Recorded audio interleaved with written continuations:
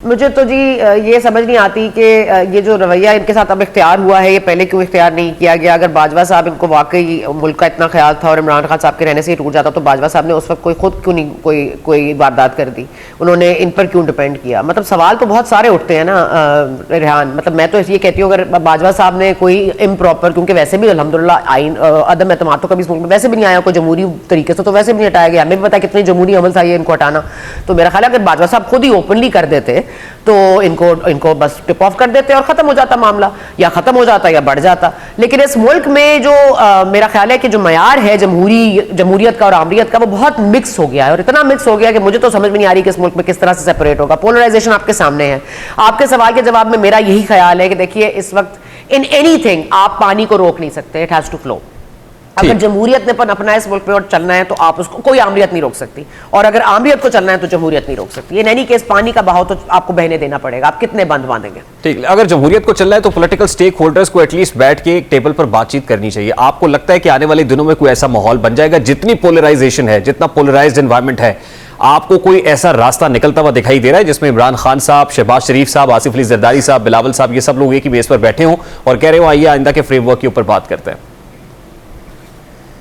मेरा नहीं ख्याल इमरान खान साहब की फीचर होंगे किसी बातचीत में। मेरा नहीं ख्याल उनकी कहीं पे कोई आपको कोई अपीयरेंस नजर आएगी या कोई इंक्लूजन नजर आएगी। मेरा ख्याल है इमरान खान साहब के बिहाफ पे बहुत सारे और लोग हैं जो कर सकते हैं। एक इंटरेस्टिंग पॉइंट मैं आपको बस वैसे बता दूं कि ये जो अगर ये 43 लोग जो वापस आ जाते हैं असेंबली में और लीडर ऑफ द ऑपोजिशन इनका बन जाता है, तो कल अमजद नियाजी भी यही कह रहे थे, which I thought was very interesting point, कि अगर लीडर ऑफ द ऑपोजिशन बन के आपके पास फिर ओपन रूम होता है टू नेगोशिएट, क्योंकि आप अब पार्लियामेंट का हिस्सा हैं, तो you have all the know how and you have all the ways to communicate with each other. फिर बातचीत का दरवाजा खुल सकता है।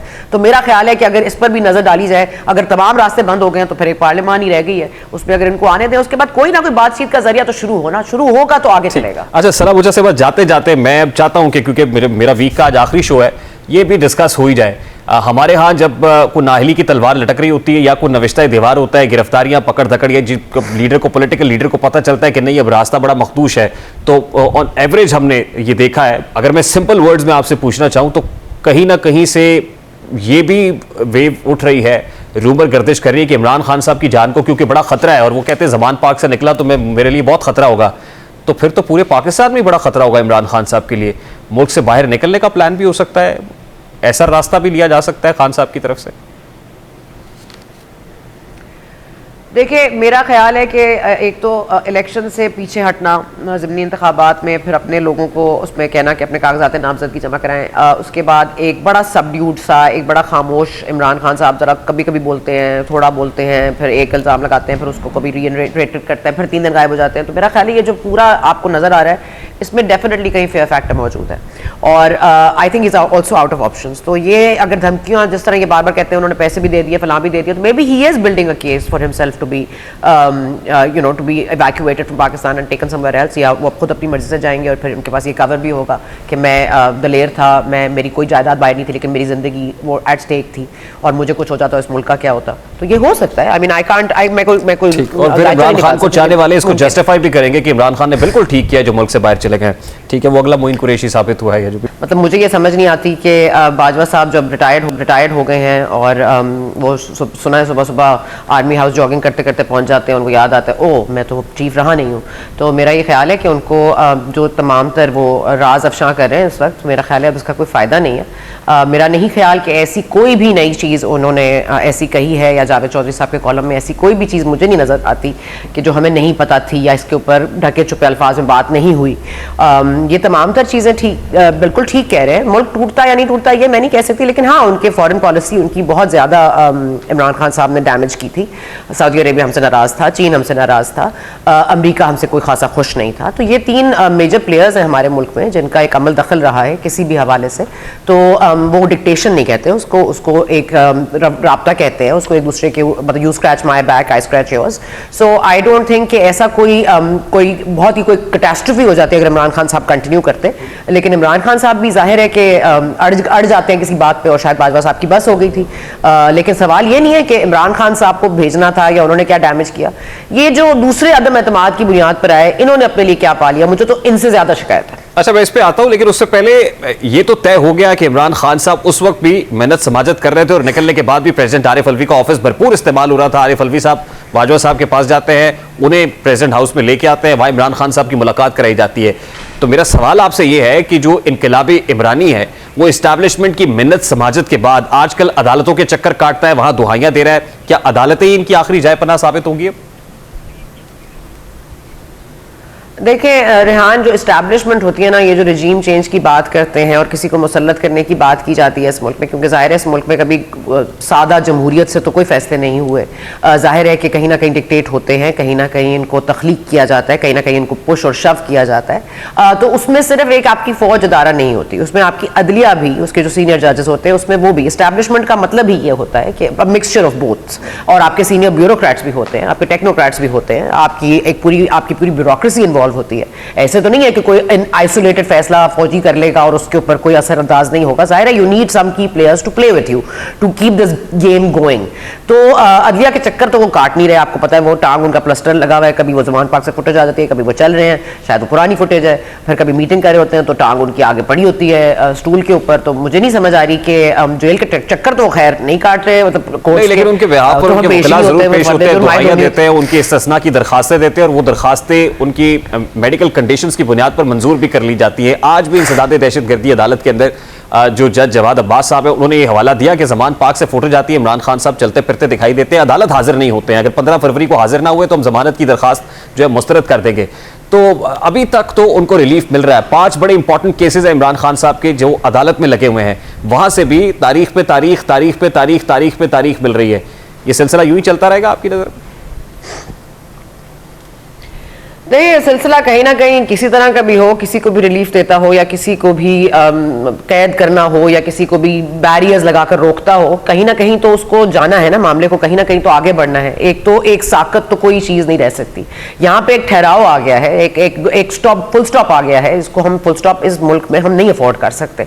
तो जाहिर है ये जो मेरा ख्याल है कि मैं तो समझती थी कि शायद कोई टाइम बाय किया जा रहा है, शायद कोई इदारों से बात की जाएगी, शायद कोई और बात हो रही है, शायद पसे पुश्त कोई बात चल रही है, इसीलिए टाइम बाय किया जा रहा है। लेकिन टेरियन वाइट वाला मामला बड़ा सिंपल है। मैं तो उनके कल वकील से भी इंटरव्यू किया था, तो वो भी बहुत सादा अल्फाज में, मतलब वो इमरान खान साहब के लिए एक बहुत ज्यादा बड़ा केस है। अगर वो यहाँ पे नाअहल होते हैं और अगर यहाँ पर वो नहीं पेश होते, यहाँ पे वो एब्सकॉन्डर हो जाते हैं इस केस में, तो पहले भी अमेरिका में भी वो एब्सकॉन्डर करार दिए गए थे जो सीता वाइट ने केस किया था। तो मैं कह रही हूँ कि एब्सकॉन्ड आप कहाँ से आपने अपने नाम के ऊपर हरफ लगाना है।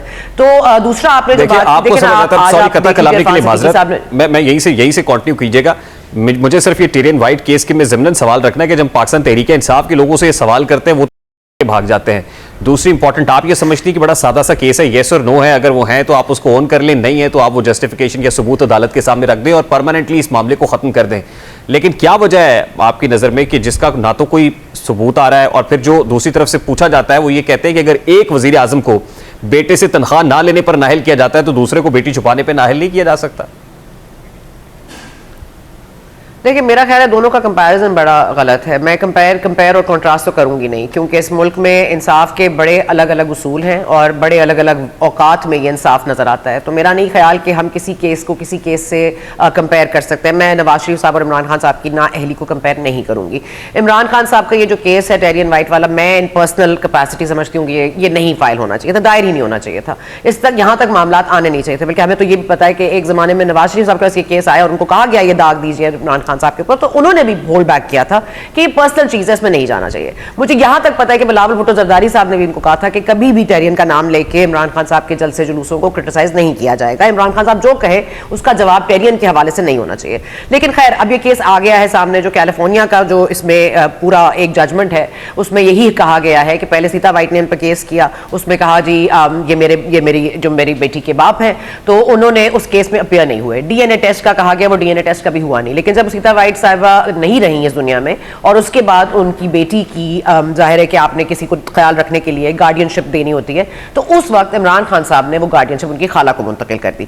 तो इस बुनियाद पे ये केस है और उनका जमाइमा का भी इसमें एक एफिडेविट मौजूद है, इसमें इमरान खान साहब का भी एफिडेविट मौजूद है। तो मैं कह रही हूँ कि अब इसमें कोई दूसरी राय नहीं हो सकती। हाँ आप कह दें कि चलें जी मैंने, मतलब I don't know Imran Khan साहब का क्या ऑप्शन है, वो सलमान अकबर राजा साहब बेहतर बता सकते हैं, लेकिन जाहिर है कि टाइम बाय किया जा रहा है।